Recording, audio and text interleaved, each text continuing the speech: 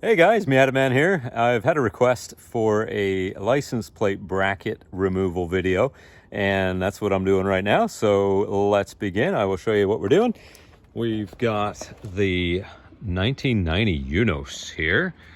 Gorgeous car, and in the background we've got my buddy's 91 British Racing Green over there.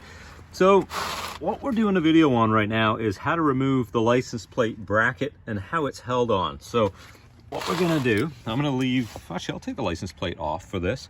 So these are 10mm bolts that I've used. These are Mazda ones, factory off something else. So let's just get that undone. Hang on a second here. Just gonna hold that still with my other finger there. There we go. I'll just loosen that off. It'll just be easier to show you what's going on once I get the license plate right off the bracket. And I always use short bolts for this. That way, if you do get backed into, with that nut on the end, it's not going to drive a long bolt right into the front of the nose. You can see a little mark right there where previously somebody backed into it, shoved the license plate bracket up and in to the nose. Same there, you can see how high that is compared to where it's supposed to be. So this is important to know how to get this on and off, because quite often you do have to take them off just to straighten them out again, because they get pretty mangled when people back into them all the time. There we go. There we are. There's the shop cat. Okay, so there you are. That's the license plate bracket. As you can tell, this one's like brand new because it is brand new. And there's the kitty again. All right, so underneath here, we've got two more 10mm nuts and special fasteners that hold this on. So what we're gonna do is go in here. Now, a lot of times these are very rusty and they don't come off this easy, okay? So there's a pretty good chance, if your car's been out in the elements for as many years as this one has, you won't have such an easy time getting this off. So we're using our 10mm socket here. And I'll take the rest of that by hand. And when you put it back on, if you haven't broken the studs off yet, put some never sees on them. Like you can see on mine here, that there's some lubrication on the threads, and that'll stop it from rusting and seizing up on you.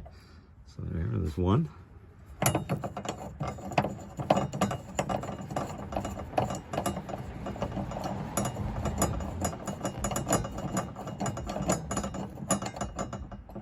And there we go. There we are, we got the bracket off now.